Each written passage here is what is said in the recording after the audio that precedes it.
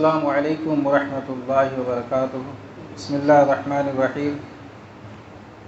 احمد نصلی علی رسولہ الکریم، اما بعد۔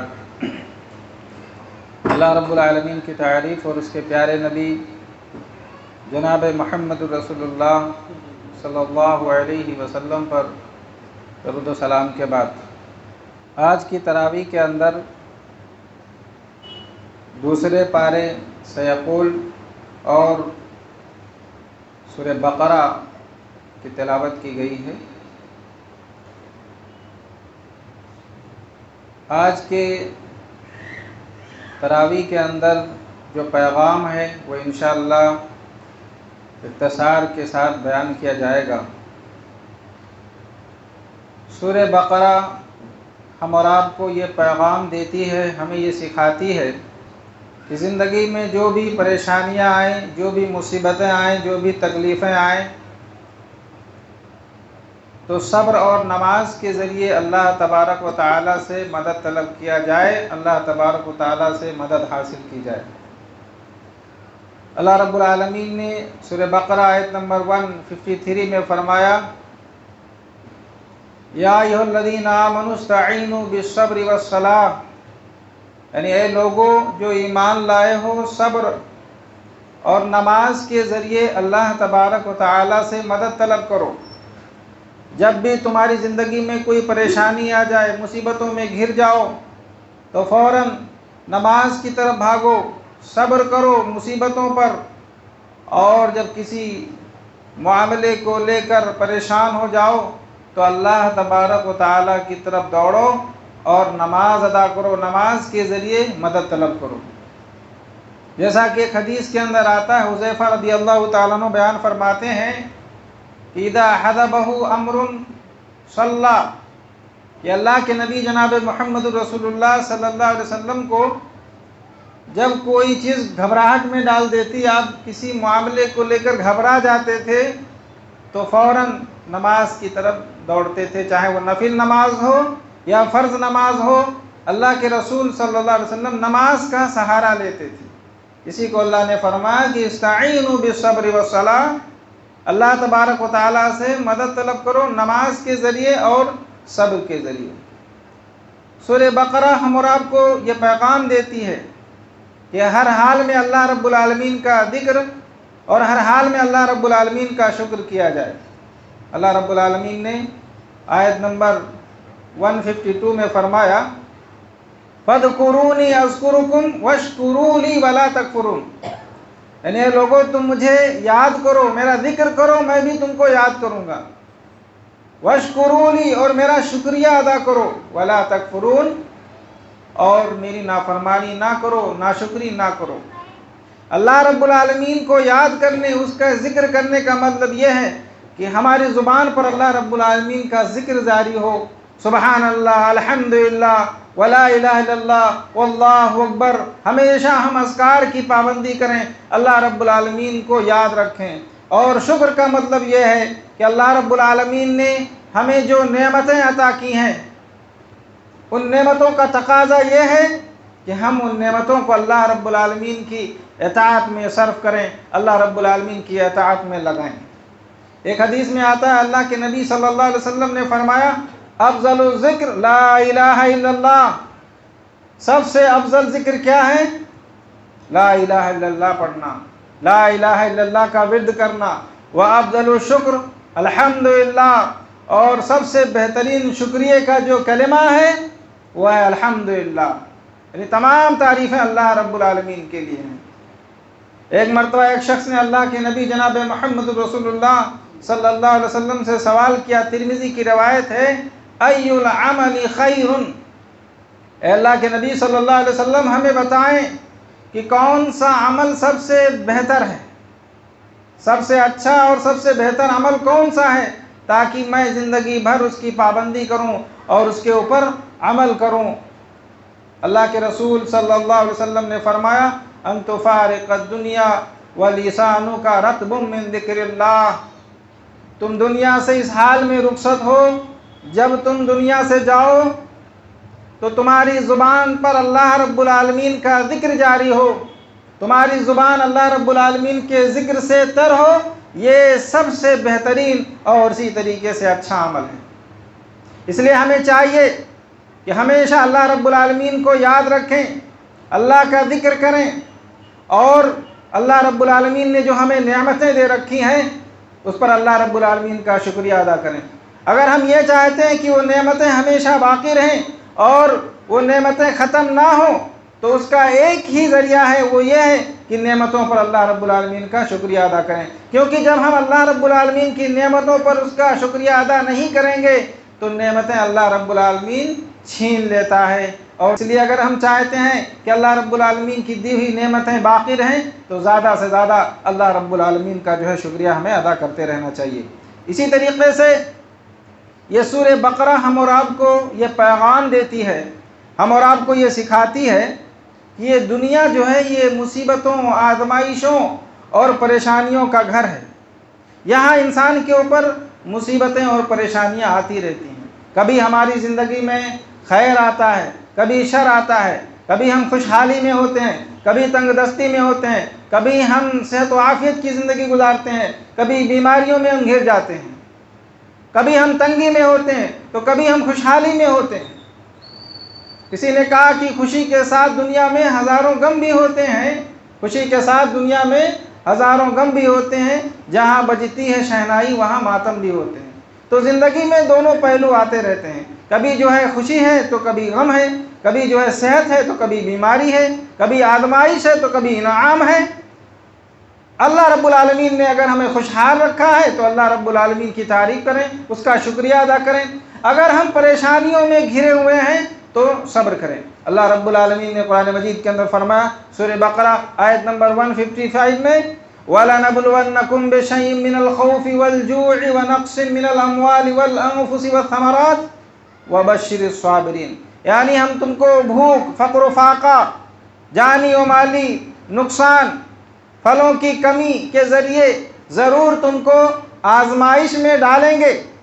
کبھی ہم تم کو بھوک مری کا شکار کر کے، کبھی بھوک میں مبتلا کر کے، غریبی میں مبتلا کر کے، کبھی جانی مالی نقصان کے ذریعے سے، کبھی پھلوں اور فصلوں کی کمی کے ذریعے سے ہم تم کو آزمائش میں ڈالیں گے۔ آگے اللہ رب العالمین نے فرمایا کہ وَبَشِّرِ الصَّابِرِينَ، لیکن خوشخبری سنا دو صبر کرنے والوں کو، جو ان آزمائشوں کے اوپر صبر کرتے ہیں۔ تو یہ سورہ بقرہ ہم اور آپ کو یہ تعلیم دیتی ہے، ہمیں یہ پیغام دیتی ہے کہ جب آزمائشیں آئیں تو واویلا نہ مچایا جائے، جزا فضا نہ کیا جائے، بلکہ صبر کیا جائے۔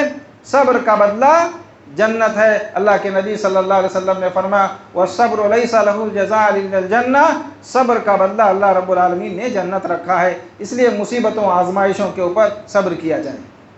اسی طریقے سے سورہ بقرہ ہم اور آپ کو یہ سکھاتی ہے کہ مصیبت اور پریشانی کے وقت شکوے اور شکایتیں زبان پر نہیں لانا چاہیے، بلکہ صبر کرنا چاہیے۔ اللہ رب العالمین نے فرمایا، الذین اذا اصابتهم مصیبہ قالوا انا للہ وانا الیہ راجعون۔ صبر کرنے والے کون ہیں؟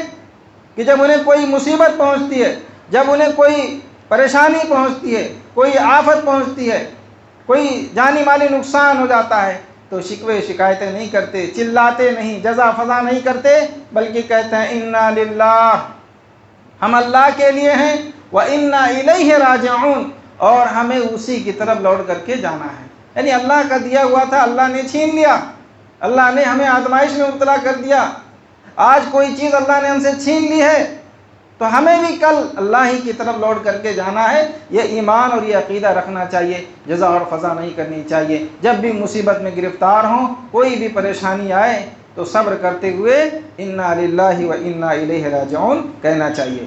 اسی طریقے سے یہ سورہ بقرہ ہم اور آپ کو یہ سبق دیتی ہے، یہ پیغام دیتی ہے کہ اس دنیا میں ہم اور آپ رہتے ہیں، جیتے ہیں تو ایک دوسرے سے ہمارا واسطہ پڑتا ہے۔ کسی کا حق ہمیں لوٹانا ہے، اپنا حق کسی سے لینا ہے، کسی کو قرضہ دینا ہے، کسی کا قرضہ ہمارے اوپر ہے وہ لوٹانا ہے، کسی کی امانت ہے اس کو دینا ہے۔ یہ تمام چیزیں ہماری زندگی سے جڑی ہوئی ہیں۔ الناس بالناس ما دام الحیات بہم، جب تک زندگی ہے ہم ایک دوسرے سے جڑے ہوئے ہیں۔ کسی سے قرضہ لے لیا، کسی کو قرضہ دینا ہے، کسی سے اپنا حق لینا ہے، اور کسی کو اس کا حق دینا ہے، کسی کی امانت ہمارے پاس ہے اس کو لوٹانا ہے۔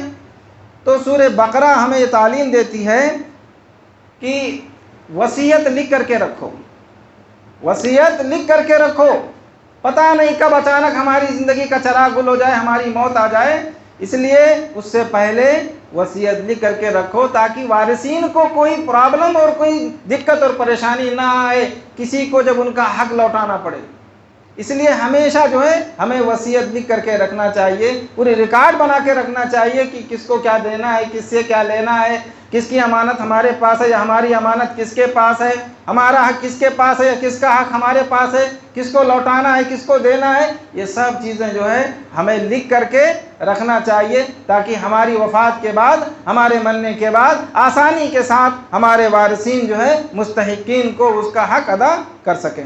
اسی طریقے سے سورہ بقرہ ہم اور آپ کو یہ پیغام دیتی ہے کہ رمضان اور دعا کا یہ بہت ہی گہرا تعلق ہے، کیونکہ اللہ رب العالمین نے قرآن مجید کے اندر جہاں سورہ بقرہ میں رمضان کے احکام و مسائل بیان فرمائے ہیں تو اسی کے فوراً بعد اللہ رب العالمین نے دعا کا ذکر کیا ہے۔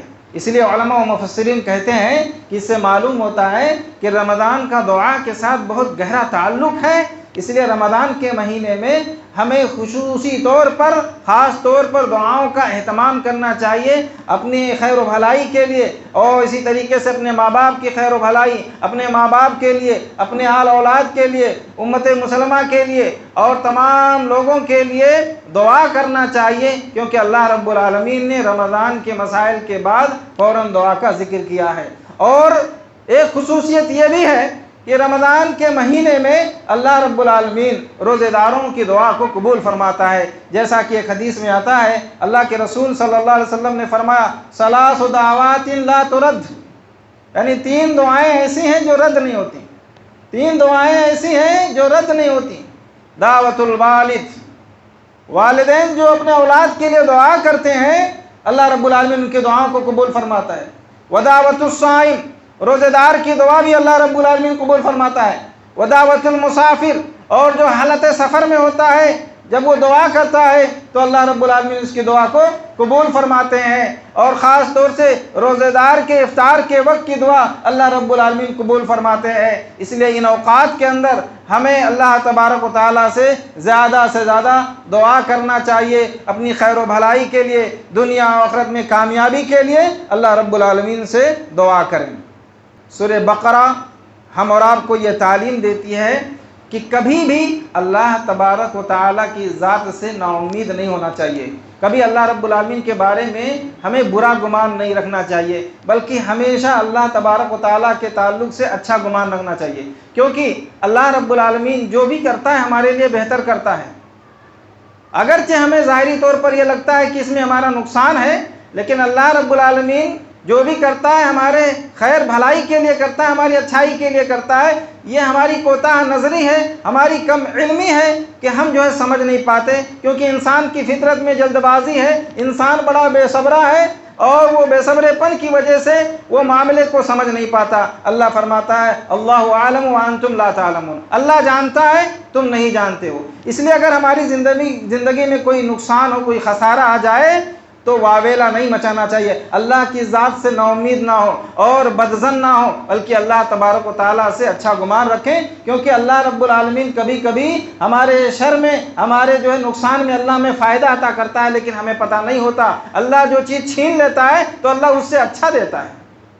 اس کو میں ایک مثال کے ذریعے سمجھاتا ہوں۔ ایک حدیث میں آتا ہے اللہ رب العالمین ایک بار فرشتوں سے سوال کرتا ہے، اللہ کے نبی صلی اللہ علیہ وسلم نے فرمایا اذا مات ولد الرجل يقول الله عز وجل للملائكة قبضتم ولد عبدي قبضتم صبرة فواده، جب ایک آدمی کا بچہ مر جاتا ہے تو اللہ تبارک و تعالیٰ فرشتوں سے پوچھتا ہے، جبکہ اللہ کو معلوم ہے، لیکن یہ ہم اور آپ کو سمجھانے کے لیے اللہ پوچھتا ہے کیا تم نے اس کے بچے کو وفات دے دیا؟